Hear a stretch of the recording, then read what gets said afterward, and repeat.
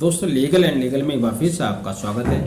भारत के प्रधानमंत्री ने कहा है कि भारत की न्यायपालिका और सरकार के बीच आर्गुमेंट्स का या कॉम्पिटिशन का कोई स्थान नहीं है। उन्होंने कहा कि चाहे संसद हो या हमारी अदालतें हैं, ये सब एक ही माँ की संतान की तरह हैं और सब एक साथ भारत की उन्नति के लिए कार्य करते हैं। हालांकि इनके कार्यक्षेत्र अलग अलग हो सकते हैं, इनके फंक्शन अलग अलग हो सकते हैं। प्रधानमंत्री की बात सैद्धांतिक तौर पर सही है, लेकिन जैसा कि उन्होंने कहा कि संविधान के द्वारा जो नियम बनाए गए हैं, कायदे बनाए गए हैं, उनके अनुसार कार्यपालिका और न्यायपालिका में कोई अंतर नहीं है। ये बात भी ठीक है, लेकिन हकीकत में अगर देखा जाए तो संविधान ने कार्यपालिका और न्यायपालिका को ठीक है आपस में इनमें समझौता स्थापित की है, इनमें कोई कॉम्पिटिशन नहीं है, तब भी दोनों के बीच में हमेशा एक खिंचाव सा दिखाई देता है। दोनों के बीच में कहीं ना कहीं अपने वजूद या अपने वर्चस्व की लड़ाई भी हमें देखने को मिलती है।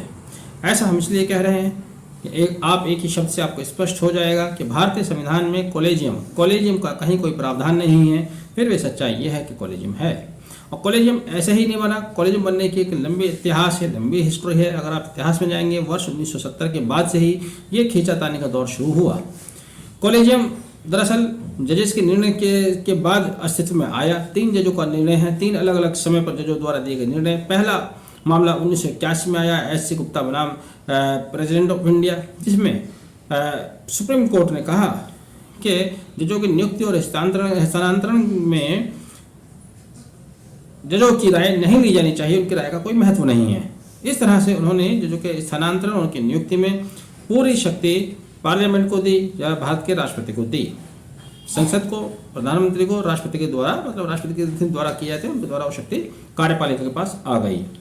अगले 12 साल तक इसी तरह चलता रहा, लेकिन 1993 में फिर एक और जजमेंट आया, supreme court advocates on records versus union of India, जिसमें उन्होंने पिछले निर्णय को पलट दिया और यहाँ से जजेस को शक्ति दी गई कि नियुक्ति और स्थानांतरण में जजों की राय ली जाएगी। चीफ जस्टिस डिसाइड करेंगे अपने 2 सहयोगी जजों के साथ, यानी कि 3 जजों की एक टीम यहाँ से बनी और कॉलेजियम का एक सिस्टम सा यहाँ से शुरू हुआ।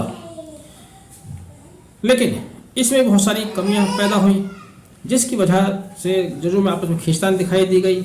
इस कॉलेजियम के द्वारा जो 3 जजों का कॉलेजियम था, 5 निर्णय दिए गए, उन 5 में आपस में असंतोष दिखाई दिया गया। तब भारत के राष्ट्रपति उस समय के आर नारायण ने 23 जुलाई 1998 को संविधान में प्रदत्त अनुच्छेद 143 की शक्ति का प्रयोग करते हुए 9 जजों की बेंच एक कुछ तीखे सवाल किए, 9 तीखे सवाल किए, जिनका जवाब देने के लिए 9 जजों की बेंच बैठी, जिसे न्यायाधीशों को तीसरे नाम से जाना जाता है। तो इस तरह से हम ये नहीं कह सकते कि कार्यपालिका और न्यायपालिका में आपस में कॉम्पिटिशन नहीं है। आपस में कॉम्पिटिशन भी है और अपनी अपनी शक्ति का, अपने अपने वर्चस्व के लिए एक खींचतान दिखाई देती है। इस विषय पर हालांकि मैं अगला एक वीडियो डिटेल से बनाऊंगा, लेकिन प्रधानमंत्री का यह बयान इस माहौल में फिर भी सराहनीय है। भारत की कार्यपालिका, न्यायपालिका दोनों अपना अपना अस्तित्व रखती हैं, दोनों की अपनी अपनी शक्तियां हैं और दोनों में आपस में अपना अपना कोऑर्डिनेशन है, जो रहना भी चाहिए।